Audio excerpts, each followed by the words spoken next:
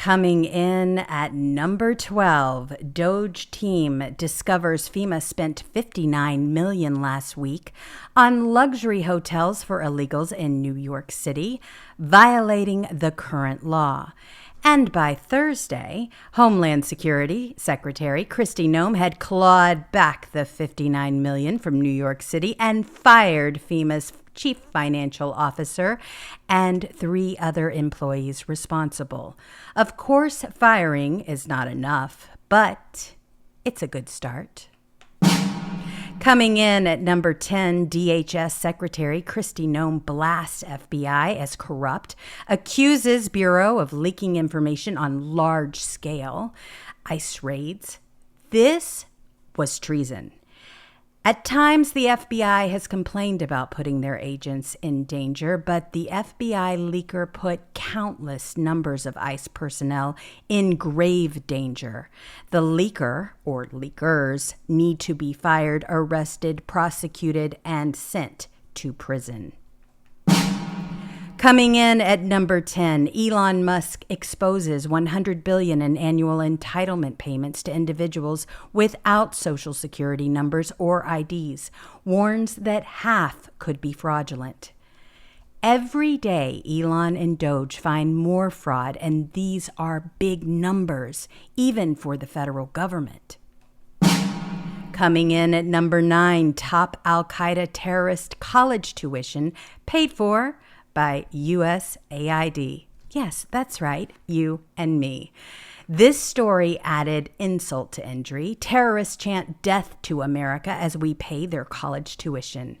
There is no doubt USAID was corrupted into a rogue anti-American entity working against the interests and policies of the United States, and it needs to be shut down.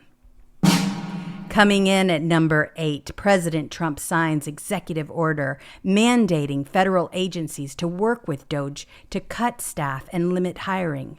With a stroke of a pen, President Trump made it impossible for federal agencies to evade, resist, or stall the Doge investigations and audits, which must take place. In this golden age of Trump, you can't dodge Doge. Coming in at number 7, President Trump conducts landmark calls with Putin and Zelensky, announces urgent peace talks. It's so good to have a conscious president again. This is American leadership on the global stage. Bombshell. NARA emails reveal Biden's White House involvement in Trump classified documents case. It is now undeniable that the Biden White House orchestrated the lawfare and ordered the despicable raid on Mar-a-Lago. Once again, the country must proclaim FJB. Coming in at number 5, President Trump welcomes home American Mark Vogel, newly released from captivity in Russia. Before the infamous rally in Butler, Pennsylvania, President Trump promised Mark Vogel's mother that if he was elected, he would get Mark released. President Trump was true to his word and accomplished the release in 3 weeks. Joe Biden did absolutely nothing about this in 4 years. Senate votes 52-48 to confirm Tulsi Gabbard as Director of National Intelligence. Of course, selfish, rotten Mitch McConnell was the lone Republican to vote no. But that aside, it was a hard-fought and well-earned victory for Tulsi and our country. Tulsi Gabbard was sworn in by Attorney General Pam Bondi in the Oval Office. Coming in at number 3, Senate votes 52-48 to confirm Robert F. Kennedy Jr. as Secretary of Health and Human Services.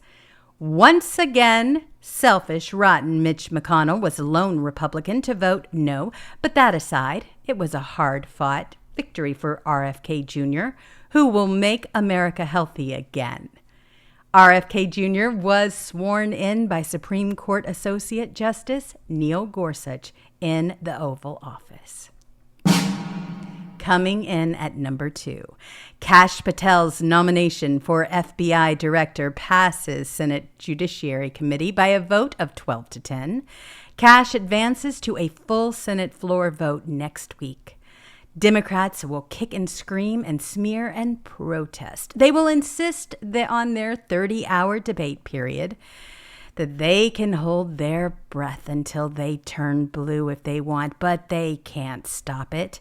It's a little disappointing that this will be delayed into next week, but Kash has the votes and will be confirmed as FBI director.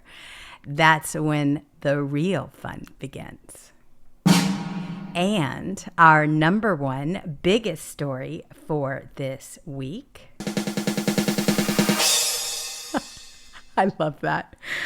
It is Attorney General Pam Bondi. She charges the state of New York, charges New York Governor Kathy Hochul, and charges New York State Attorney General Letitia James and the New York DMV Chief Mark Schroeder over sanctuary policy, saying, "This is a new DOJ. We sued Illinois and New York didn't listen." Yes, Illinois was the first. Here you go. You can take the side door, and they didn't listen at all. This was shocking to the leftist lunatics in New York, and it was thoroughly gratifying to see the MAGA base celebrate. Early analysis indicate Pam Bondi will win these cases and change the nature of sanctuary cities, mine included. And the cherry on top on this Thursday, border czar Tom Homan referred New York Representative AOC to the Department of Justice for potential criminal prosecution for teaching illegal immigrants how to avoid capture. Every day of this second Trump term gets better and better. Whew. So there you have our top news stories for the week.